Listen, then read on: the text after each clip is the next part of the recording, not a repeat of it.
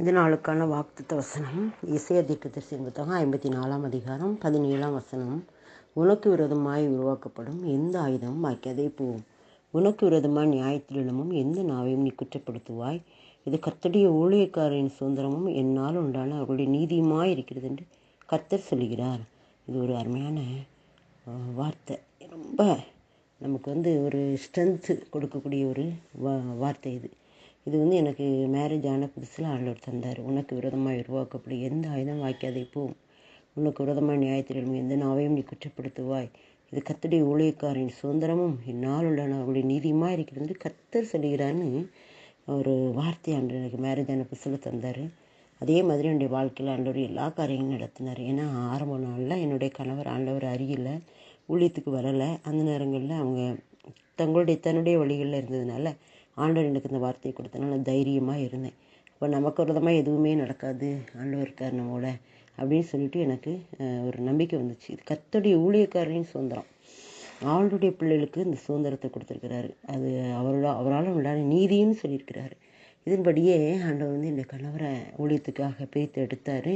அதுக்கப்புறம் பார்த்திங்கன்னா ஊழியத்தில் நிறைய எதிர்ப்புகள் வந்தது. அந்த எதிர்ப்புகள் எல்லாம் சமாளிக்கிறதுக்கு இந்த ஒரு வார்த்தை போதுமானதாக இருந்தது. எல்லாத்தையும் ஆண்டவர் செஞ்சார். எதிர்க்கிறவர்கள் எல்லாம் மடங்கடித்து வெற்றியை தந்தார். ஊழியத்தை நடத்த கிருபை செய்தார். திரும்பமாக ஆண்டவர் எந்த ஒரு சூழ்நிலையிலையும் நான் அந்த வார்த்தையை என் மனசில் சொல்லிக்கிட்டே இருப்பேன். அவனுக்கு விரோதமாக உருவாக்கப்படும் எந்த ஆயுதம் வாய்க்காதே போகும்.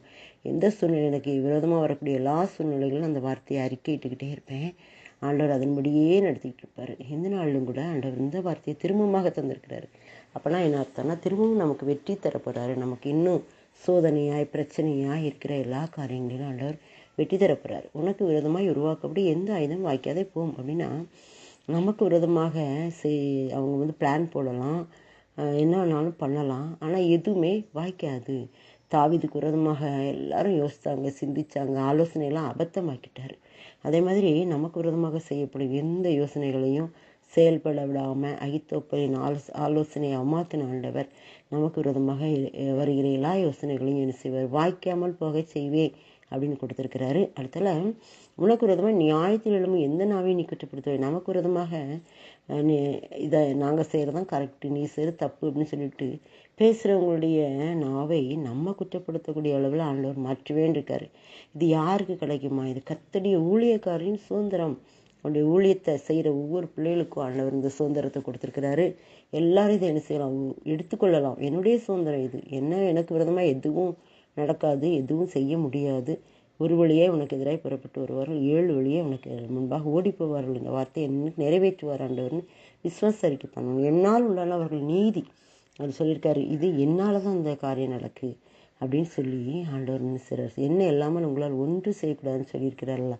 அதே மாதிரி நம்முடைய வாழ்க்கையில் நடக்கிற எல்லா காரியங்களும் அவருடைய சித்தம் இல்லாமல் ஒன்று கூட நடக்காது. என்னுடைய சித்தம் இல்லாமல் அவருடைய தலைமையில் ஒன்று கூட விழாதுன்னு இருக்காரு. அதில் நம்ம உறுதியாக இருக்கணும். ஆண்டவர் எனக்கு நிச்சயமாகவே என்னுடைய காரியங்கள்லாம் கூட இருந்து நடத்துகிறாரு, என்னுடைய எல்லா ஆயுதம் வாய்க்காமல் போக செய்கிறாரு அப்படின்னு சொல்லிட்டு நம்ம விசுவாசத்தோடு அந்த வார்த்தைகளை தினமும் அறிக்கையிடும்போது ஆண்டவர் அதை நமக்கு வாய்க்க பண்ணுகிறார், ஜெயிக்க பண்ணுகிறார். ஆமேன். உனக்கு விரோதமாய் உருவாக்கப்படும் எந்த ஆயுதமும் வாய்க்காதே போகும். உனக்கு விரோதமாய் நியாயத்தில் எழும்பும் எந்த நாவையும் நீ குற்றப்படுத்துவாய். இது கர்த்தருடைய ஊழியக்காரின் சுதந்திரமும் என்னால் உண்டான அவர்களுடைய நீதியுமாய் இருக்கிறது என்று கர்த்தர் சொல்கிறார். கர்த்தர் சொல்கிற வார்த்தை இது மாறாது. நாம் விசுவாசிப்போம், ஜெயிப்போம், ஆண்டவருக்கு சாட்சியாய் வாழ்வோம். ஆமேன். உனக்கே தீராய் எழும்பும் ஆயுதம் வாய்த்திடாதே என்றதாலே சூஸ்திரம் பறந்திடுமே உம் நாமத்திலே பரனே எனக்காய் ஜெய கொடியே என்னை மறவா இயேசுநாதா உந்தன் தயவால் என்னை நடத்தும். ஆமேன். அப்பா, உம்முடைய தயவால் எங்களை நடத்துங்க. நீ உனக்கு விரோதமாக உருவாக்கப்படும் எந்த ஆயுதம் வாய்க்காதே போகும் அப்படின்னு சொல்லியிருக்கீங்களா?